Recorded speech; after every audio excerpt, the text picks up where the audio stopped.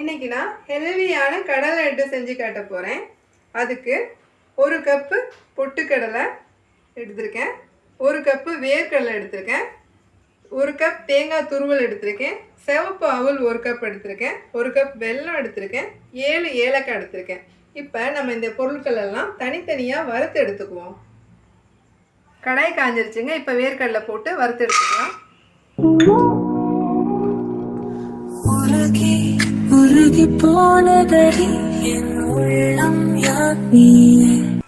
கடலை நல்லா வறுபட்டு வச்சுங்க. இப்போ இதை நம்ம எடுத்து ஆற வச்சு தோல் எடுத்து வச்சுக்கலாம். இப்போ அவளை வறுத்து எடுத்துக்கலாம்.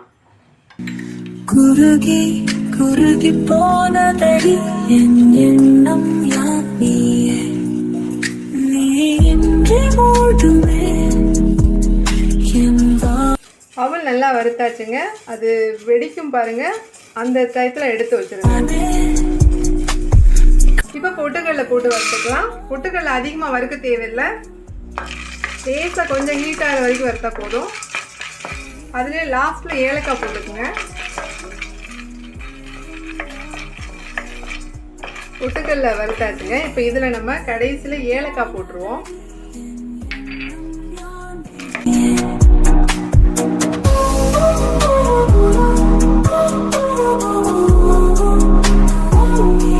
தேங்காய் போட்டு வறுத்து எடுத்துக்கலாம். அதிகமாக வதக்க தேவையில்லை, கொஞ்சம் அந்த பச்சை வாடை போகிற வரைக்கும் நீங்கள் வதக்கினா போதும். தேங்காவை நல்லா வதக்கியாச்சுங்க. இதோடைய ஈரத்தன்மை போகிற வரைக்கும் வதக்கினா போதும். ஈரத்தன்மை போயிடுச்சு. இப்போ நம்ம எடுத்து இதையும் ஆற வச்சிடலாம். அதே கடாய் கழுவு தேவையில்லை. அதே கடாயில் கொஞ்சமாக தண்ணி ஊற்றிக்குங்க. அதில் 1 கப் வெல்லம் வச்சுருந்தோம்ல, அதை போட்டுருங்க.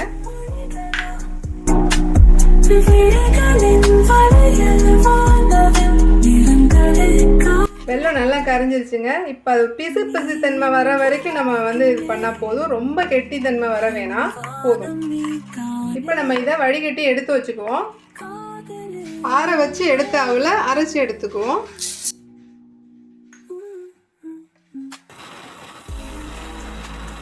அவள் நல்லா நைஸாக அரைச்சி எடுத்தாச்சு.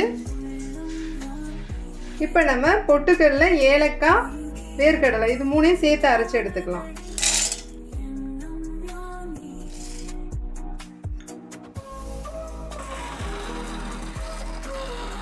பொட்டுக்கடலை, வேர்க்கடலை, ஏலக்காய் இது 3ஐயும் அரைச்சோம்ல, அதை நம்ம அவல் பவுடரோட குட்டிக்கலாம். இதை ஏன் இப்போ நம்ம அவளை தனியாக அரைச்சோன்னா அவள் ஒழுங்காக அரைப்படாது, அதுக்காக தான் நம்ம அவளை தனியாக அரைச்சோம்.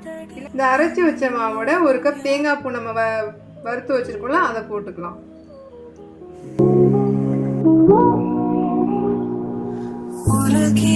இப்போ இது எல்லாத்தையும் நல்லா மிக்ஸ் பண்ணி விட்டுக்குங்க.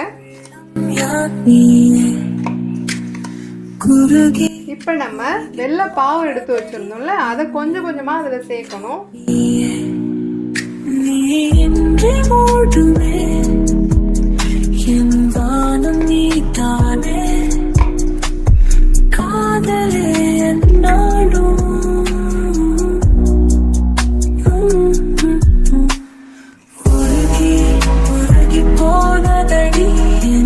நல்லா மிக்ஸ் பண்ணியாச்சுங்க. இப்போ நம்ம உருண்டை பிடிச்சி எடுத்துக்கலாம்.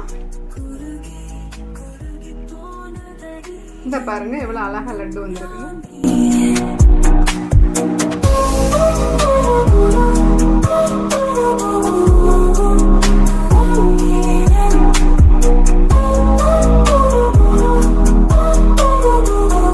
சுவையான ஹெல்தியான கடலை லட்டு தயாராகிடுச்சுங்க.